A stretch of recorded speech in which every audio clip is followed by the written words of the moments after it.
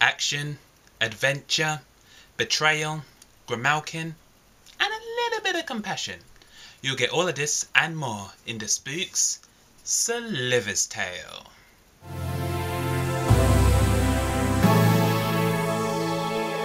Hello everyone, Big Guy Z here, another day, another Spooks book review, and this time, Spooks 11 Slither's Tale. Don't know if I'm going to make this cool, but you know, I'm going to say it's probably one of, if not the most enjoyable Spooks book I have read so far, which is quite something given that neither the Spook nor Thomas J. Ward makes an appearance in this book. I mean, it's just with this book, you know, I got through it quite a lot.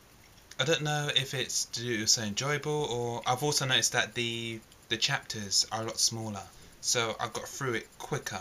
I don't know, the previous books like I Am Grimalkin and all the other Spooks books, it took their time, but with this one I just appeared to speed through it.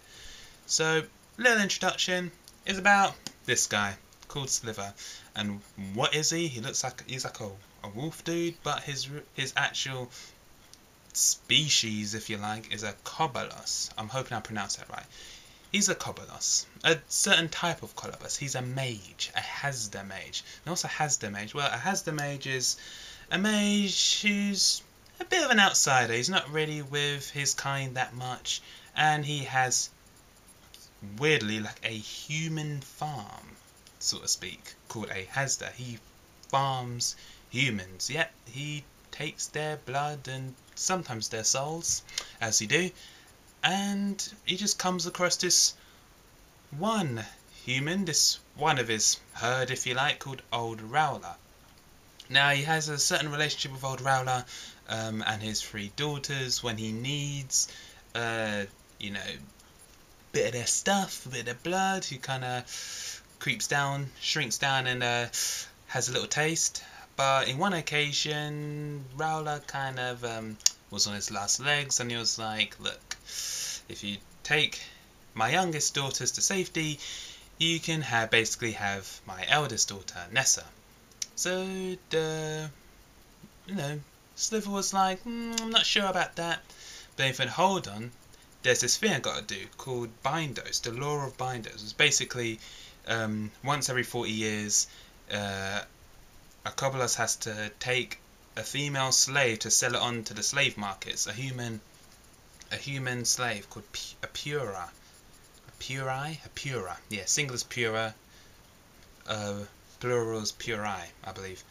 And he thought, yeah, you know, kill 2 birds with 1 stone. He was like, yeah, go for it. And naturally, Nessa and the 2 girls, you know, on top of dealing with the loss of their father, not too happy the fact that Slither is now basically, you know, they're basically the property of this thing called Slither. But I don't want to go into too much detail, but there's a bit of long adventure. He meets with other mages. Like I said, a bit of betrayal, action, adventure. Grimalkin makes an appearance. Grimalkin and Slither, they kind of cross paths. I'm not exactly going to go into too much detail about that because it's quite down the line in the book. But Grimalkin is still my favourite character, and this book just... No, Grimalkin is just amazing. She's just... I know, probably one of the best characters in once you read this, you will know why Grimalkin is just amazing. So, yeah, who else gets mentioned? You know, a couple of witches, you know, the Fiend gets a little bit of talking time. Do you really need me to tell you anymore? Really? I doubt it. But, yeah, another mention. One of you YouTubers, I think it's Noble Collector, I believe, asked if the colours are the same with Dispute Sacrifice. And unfortunately, I got Dispute Sacrifice right here. So as you can see, I'm going to cover my face for a bit. They're both the same in colour, although Dispute Sacrifice, I don't know if you could tell, but Dispute Sacrifice is a little bit darker. A little bit of darker, dirtier purple. And the Slither's Tale is a bit more brighter.